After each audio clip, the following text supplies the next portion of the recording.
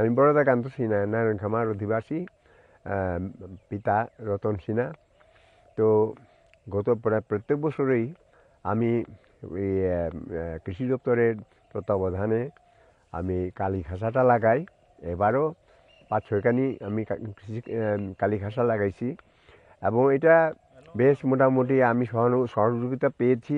এখানে বীজ থেকে শুরু করে আপনার সার, তারপরে তাদের যে তত্ত্বাবধান কৃষি থেকে বিভাগ থেকে, এবং আমাদের সেক্টর অফিসার বা আমাদের বিএলডব্লিউ মহাশয় আছেন, ওনারা টাইম টু টাইম যখন আমার প্রয়োজন হয় আমি ডাক দিই এবং ওনারা আসেন, সাজেশন করেন, সেভাবে ওষুধপত্র দিয়া।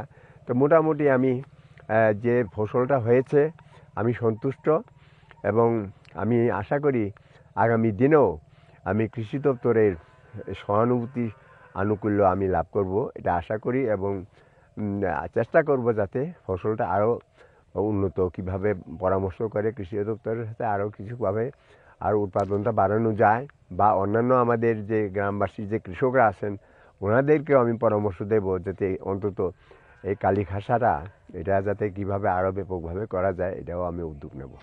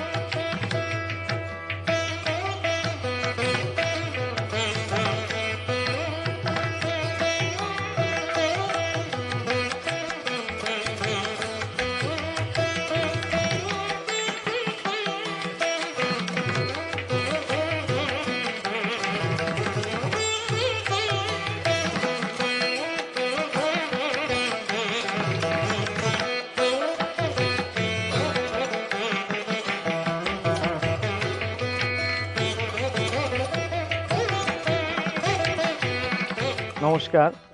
এই বছর 26 হেক্টরের উপর জমিতে ডুকলি কৃষি মহকুমায় বিভিন্ন সুগন্ধি ধানের চাষবাস হয়েছে। তার মধ্যে প্রায় 10 হেক্টর জমিতে রাষ্ট্রীয় কৃষি বিকাশ যোজনায় সুগন্ধি ধানের চাষ হয়েছে, তার মধ্যে কালি খাসা এবং হরিনারায়ণ অন্যতম। এই বছর আবহাওয়া অনুকূলে থাকায় এবং কৃষি দপ্তরের সময় মতো মনিটরিংয়ের ফলে বিভিন্ন সুগন্ধি ধানের ফলন খুব ভালো হয়েছে। কৃষকরা খুবই আনন্দিত।